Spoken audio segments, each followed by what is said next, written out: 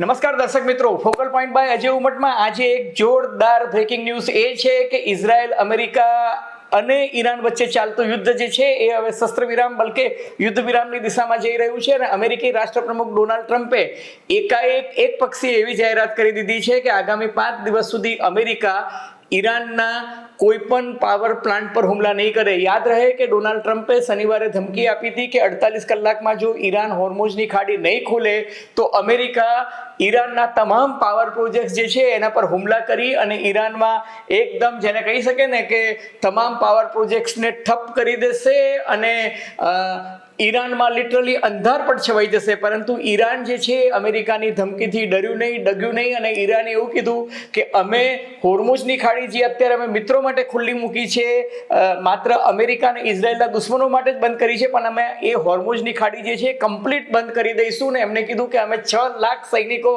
ઉતારી દીધા છે અને અમે અમેરિકા અને યુરોપના જે કોઈ દેશો આ ખાડીના યુદ્ધ માટે, હોર્મુઝની ખાડી ખોલવા માટે આવવા હોય અમે લડવા માટે તૈયાર છીએ.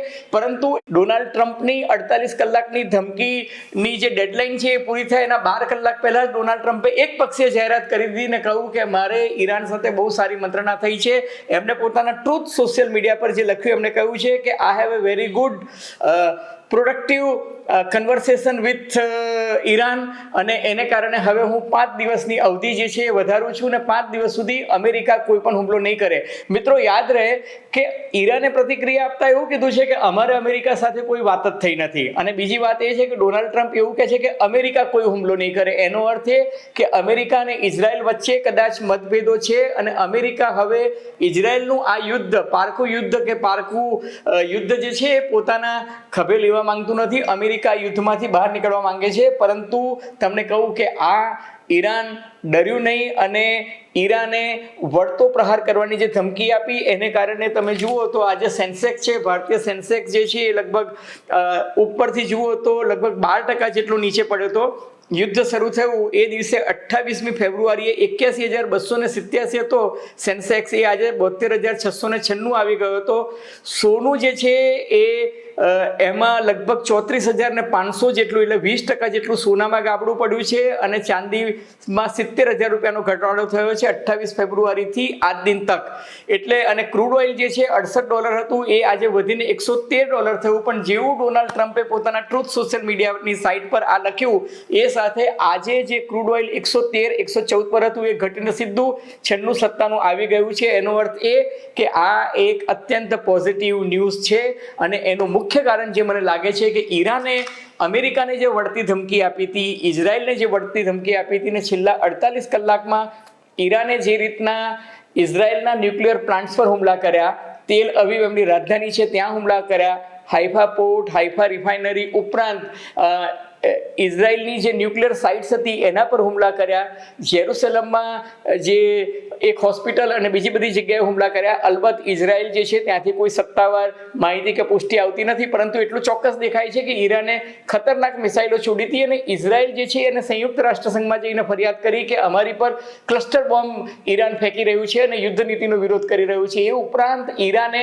ડિએગો ગાર્સિયા કે જે 4,000 કિલોમીટર દૂર છે ત્યાં જે મિસાઇલ ફેંકી અને એવું સૂચવ્યું કે અમારી પાસે હાઇપરસોનિક, સુપરસોનિક મિસાઇલ છે અને સેજિલ મિસાઇલ કરતાં પણ ખતરનાક મિસાઇલ છે જેની પર જબરજસ્ત પેલોડ જઈ શકે છે. અને બીજું ઈરાને કહ્યું કે જો તમે ઈરાનના પાવર પ્લાન્ટ્સ પર હુમલો કરશો, ઈરાનમાં જો અંધારપટ થશે તો પછી ખાડીના દેશો એટલે કે દુબઈ છે, કતાર છે, કુવેત છે, બહેરીન છે, સાઉદી અરેબિયા છે, આ બધા જોર્ડન છે, આ બધા જે દેશો છે બધા દેશોના પાવર પ્લાન્ટ પર અમે હુમલા કરીશું.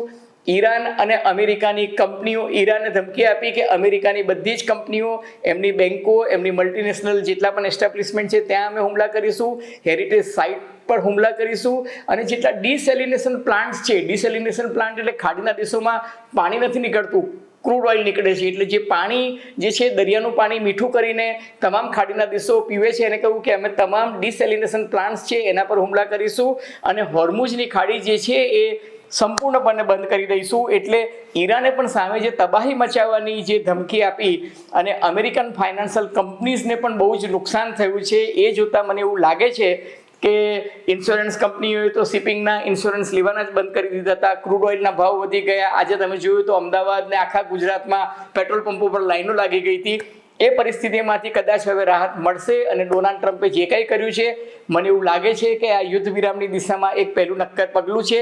ઇઝરાયલ પણ કદાચ ટૂંકમાં જાહેરાત કરે અને ઈરાન જો વળતો યોગ્ય પ્રતિસાદ આપશે તો મને એવું લાગે છે કે શસ્ત્ર વિરામની દિશામાં મામલો જઈ રહ્યો છે. અત્યારે હાલ પૂરતું બ્રેકિંગ ન્યૂઝ ફોકલ પોઈન્ટમાં આટલું જ. મિત્રો, જો તમને નવ ગુજરાત સમય અને અમદાવાદ મિરરના સથવારે ફોકલ પોઈન્ટ બાય અજય ઉમટનો આ એપિસોડ ગમ્યો હોય તો મહેરબાની કરીને લાઈક કરજો, શેર કરજો, સબસ્ક્રાઈબ કરજો અને હા, વિનામૂલ્યે પેલું બેલ આઇકોનનું બટન દબાવવાનું ભૂલતા નહીં, જેથી તમને અમારા નવા નોટિફિકેશન્સ અને વિડીયોઝના મેસેજીસ મળતા રહેશે. ધન્યવાદ, ખૂબ ખૂબ આભાર.